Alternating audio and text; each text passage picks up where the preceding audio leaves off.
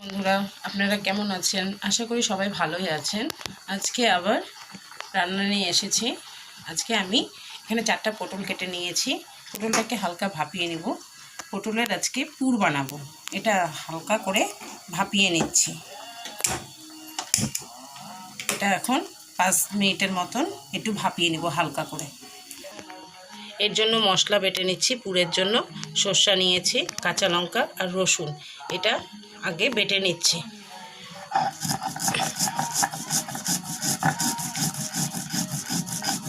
এখন এটাকে নামিয়ে নেব। সিদ্ধ হয়ে গেছে। এখন চামচের মাথাটা দিয়ে আস্তে আস্তে করে এর বিচিগুলোকে বের করে এখানে রেখে দিচ্ছি। এটা আমি তেলের মধ্যে প্রথমে ভেজে নেব।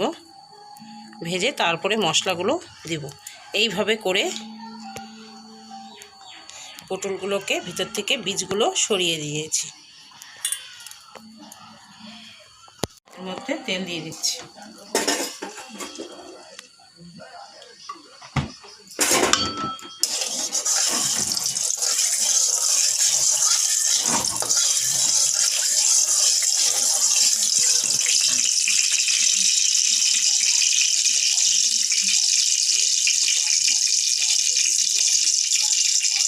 পটল থেকে বিচিগুলো সরিয়ে নিয়েছিলাম, এগুলো এখন তেলের মধ্যে দিয়ে দিচ্ছি।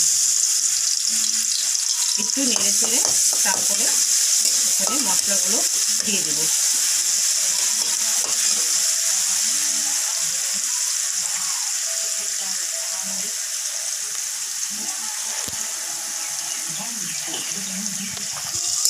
এখানে হালকা নেড়ে চেড়ে নিয়েছি।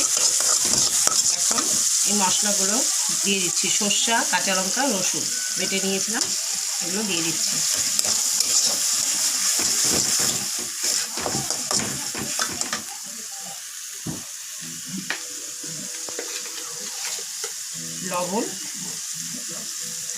লবণ স্বাদ অনুসারে, অল্প হলুদ,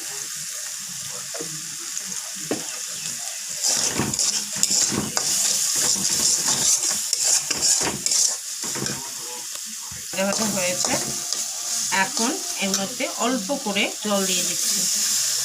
এটা একটু ভালো করে কষিয়ে নেব, তারপরে এখানে নামাবো। 5 মিনিট একে আমি কষতে দিচ্ছি। এখন এটাকে আমি নামিয়ে নেব।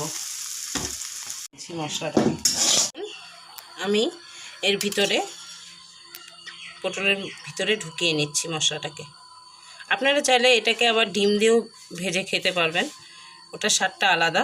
আর এইভাবে করলে পরেও এটার স্বাদও আলাদা। আমরা এটা এখন এভাবে ঢুকিয়ে নেব।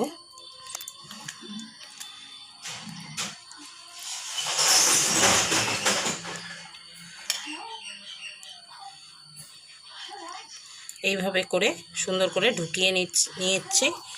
এখন এটা আমরা আবার তেলের মধ্যে ভেজে নেব। অল্প তেল দিয়ে দিচ্ছি।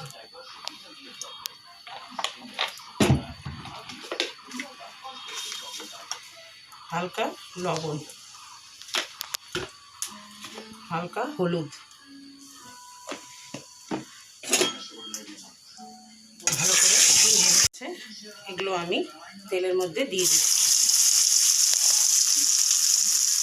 তেলের মধ্যে হালকা করে লাল লাল করে ভেজে নেব। নামিয়ে নিচ্ছি। পটলের পুর রেডি।